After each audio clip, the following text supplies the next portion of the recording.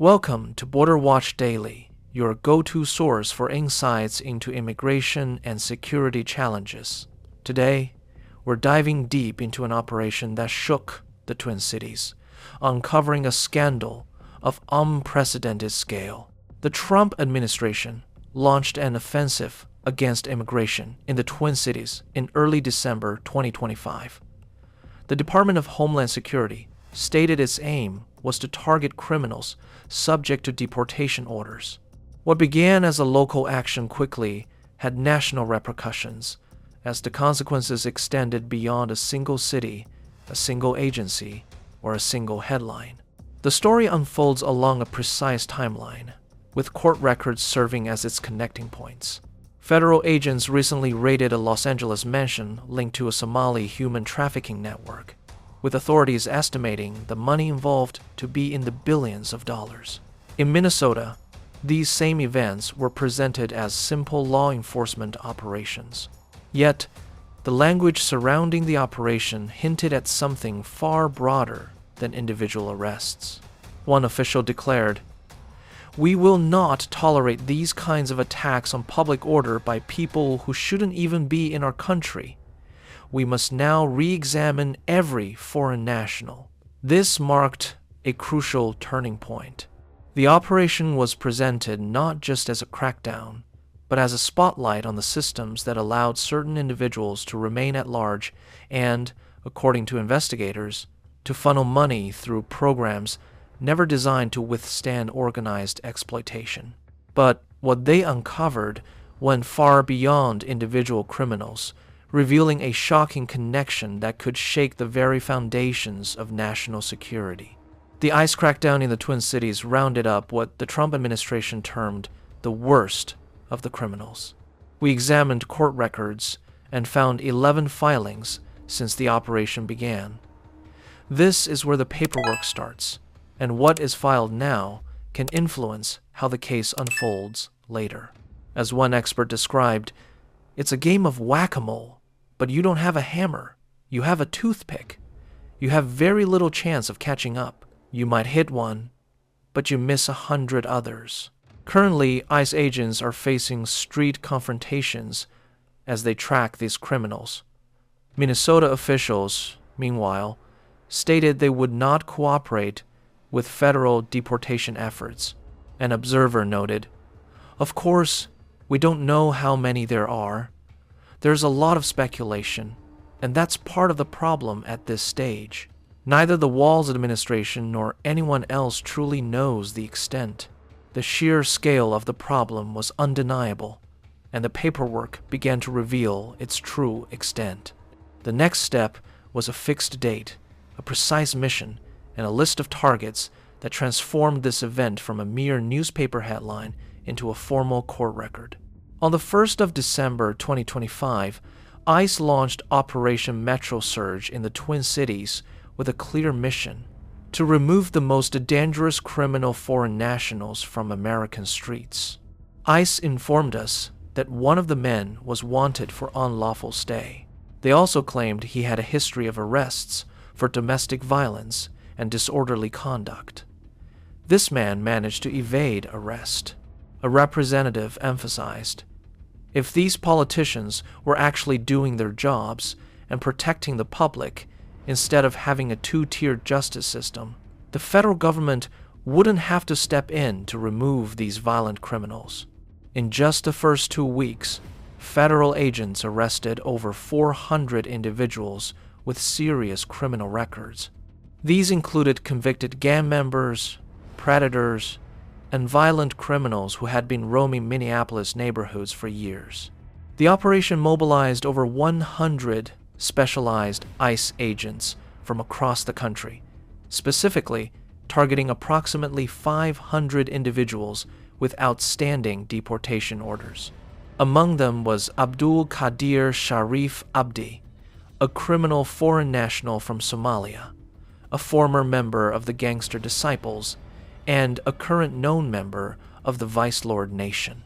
He also had convictions for fraud, receiving stolen property, receiving a stolen vehicle, vehicle theft, and multiple probation violations. A commentator warned, We are heading in the wrong direction if we continue to bring these kinds of individuals into our country. There was also Sahal Osman Shidan, a Somali national convicted of sexual assault on a minor aged 13 to 15. Mukhtar Muhammad Ali, a Somali criminal foreign national, was convicted of assault, fraud, robbery, and larceny. Ahmed Mohammed Sah was convicted of multiple crimes, including 2 counts of domestic violence, 3 convictions for driving under the influence, assault, property damage, and probation violations. And then there is Abdid Mohammed Noor. He was sentenced to 10 years in prison, followed by 3 years of supervised release for his role in the Feeding Our Future case, a $300 million COVID-19 related fraud, the largest of its kind in the United States. According to federal court records and statements from U.S. prosecutors, this operation did not just remove individuals. It revealed how long some orders and convictions had gone unaddressed in these very same neighborhoods. But Operation Metro Surge unearthed something that goes far beyond individual criminals. One woman, for example, not only obtained fraudulent loans for herself totaling approximately $800,000, but she also received bribes from 9 other individuals. This revelation marked a true turning point. Once the focus shifted from arrests to coordinated funding, the case became a matter of systems. An expert commented, "If I were a betting man, I'd tell you they'll do it over these holidays, because it makes it especially cruel." Federal investigators discovered that Minnesota had become the epicenter of the largest welfare frauds in American history, with estimates approaching $1 billion in stolen taxpayer money. And now, federal sources have confirmed that millions of these stolen dollars may have ended up in the hands of Al-Shabaab, an Al-Qaeda-linked terrorist group operating in Somalia. The numbers accumulated rapidly. A grand jury indicted one individual for stealing approximately $1 million intended to feed hungry children. The Feeding Our Future child nutrition fraud scheme alone diverted over $300 million that was supposed to feed needy American children. By the end of 2025, 78 people had been indicted in this scheme, with 57 already convicted. One defendant, Abdid Mohammed Noor, was just sentenced to 10 years in prison. He submitted over $1 to $4 million in false Medicaid claims, which he used to purchase over $150,000 in cryptocurrency. The restitution figure is striking, nearly $48 million, but the situation worsened. Minnesota's Housing Stabilization Services program, intended to help vulnerable individuals find housing, paid out $32 million in just 5 years. Despite being initially budgeted at only $12 million, federal authorities terminated payments to 77 housing stabilization service providers for what they called credible allegations of fraud. The state eventually closed the program in August 2025 after the damage had already been done. In December 2025, federal agents raided Ultimate Home Health Services in Bloomington after discovering the company had billed $1 million for autism services while doing almost nothing for the enrolled children. During a press conference, an ICE official stated, "I never read speeches, but my boss's father put some things in writing here to make sure I don't miss anything. So, I'm going to read a little bit, and then we'll open it up for questions. I've been on the ground for less than 3 full days. I got here Monday. The President of the United States called me Monday morning and asked me to deploy here.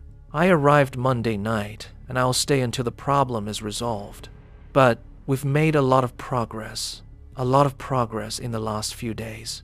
He was accompanied by Marcos Charles, who leads ICE operations, and Rodney Scott, Commissioner of Customs and Border Protection. Another official, Tom Homan, representing President Trump, added, We are on the front lines of a very important battle, and it's crucial that we are not silenced, that we are not demeaned. This is not the time to hang our heads in despair or fear of being next, because if we don't speak up, if we don't act, it will be your city that is next. This is the progression. $1 million, over $300 million, approaching $1 billion, and allegations that millions could have gone overseas. The question now is how the system allowed enough space for this scale of fraud to be built. So, how did Minnesota become ground zero for both massive welfare fraud and a sanctuary city crisis that protected violent criminals? The answer is straightforward. Governor Tim Walz, Minneapolis Mayor Jacob Frey, and Attorney General Keith Ellison are identified as the officials who implemented a system prioritizing limited cooperation with federal deportation efforts. Walz's record is described as a series of policy choices. As governor, in 2023, he signed legislation making undocumented individuals eligible for state-funded health care, granting them Minnesota driver's licenses and offering them free college tuition. He created an Office of New Americans and expanded Minnesota's Minnesota Care program to include undocumented individuals in the country. The pivotal legal point is dated February 2025, when Ellison issued an official advisory that is considered a warning to local agencies. He stated, "We don't need them to be dragged into circumstances they don't control themselves, where chaos reigns supreme, and where chaos is the consequence of an ICE detainer request, which would constitute an unreasonable seizure under the Fourth Amendment and the Minnesota Constitution." In June 2025, Minneapolis is described as having issued a separation ordinance that prohibited Minneapolis Police Department officers from initiating stops, detentions, or arrests solely based on ICE administrative warrants. This is why the Department of Justice filed a lawsuit in September 2025 against the state of Minnesota, the city of Minneapolis, the city of St. Paul, Hennepin County Attorney Keith Ellison, and Hennepin County Sheriff Dana S. Win. 2. Restore law and order and work together to eliminate threats from the community. During the previous administration, we all remember over 10 million undocumented individuals who entered this nation. Many posed threats to national security and public safety. Millions paid to escape. Why? This should alert everyone. When congressional Republicans called Walz to testify in June 2025, he rejected the sanctuary label. He claimed, "Minnesota is not even a sanctuary state. The Minnesota legislature has not passed any bill making Minnesota a sanctuary state, and I have not signed any such law." Regardless of the label, it's the result that matters, and that result manifested in real time on the streets. As Operation Metro Surge continued in December 2025, something unprecedented began to occur. ICE agents faced increasingly violent resistance from protesters and activists who physically attempted to prevent them from arresting criminal foreign nationals. An audio recording released by the Hennepin County Sheriff's Office captured an ICE supervisor calling for help. "We only have a few officers, but we have, 60 to 70 agitators who are fighting." Sheriff's deputies and Minneapolis police responded to the scene, but according to reports, did not witness attacks and primarily helped ICE agents leave because the crowd was blocking them. An activist coordinator openly admitted that her group trained people to interfere with federal law enforcement. After Trump's comments on Somalia, over 500 people signed up for this training, up from 115 previously. She described these individuals as ordinary people, restaurateurs, business owners, neighbors, teachers, nurses, healthcare workers, absolutely everyone. Meanwhile, ICE reported that assaults against its agents had increased by approximately 153%. Agents face 11 times more assaults during operations than before. ICE called on politicians, agitators, and the media to de-escalate tensions and cease calling for violence and resistance. If you've been following the numbers, stay for the implications.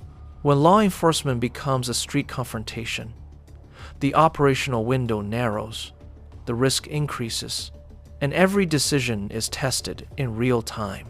President Trump promised Americans, including Minnesota residents, that he would work to ensure the safety of our communities. And with that, this administration is absolutely focused on identifying individuals for deportation who pose a threat to public safety and national security. The numbers prove it. The data proves it. An official stated, "Over the past few days, I have met with Governor Walz, Attorney General Ellison, Mayor Frey, many police chiefs and sheriffs, and I have more to meet. I will also continue dialogue with business leaders and faith leaders, partnering with community leaders in Minnesota. I will meet with them too, because I want to hear what they have to say." What this complex situation highlights is how investigations unfold, how institutions react under pressure, and why transparency remains essential for justice.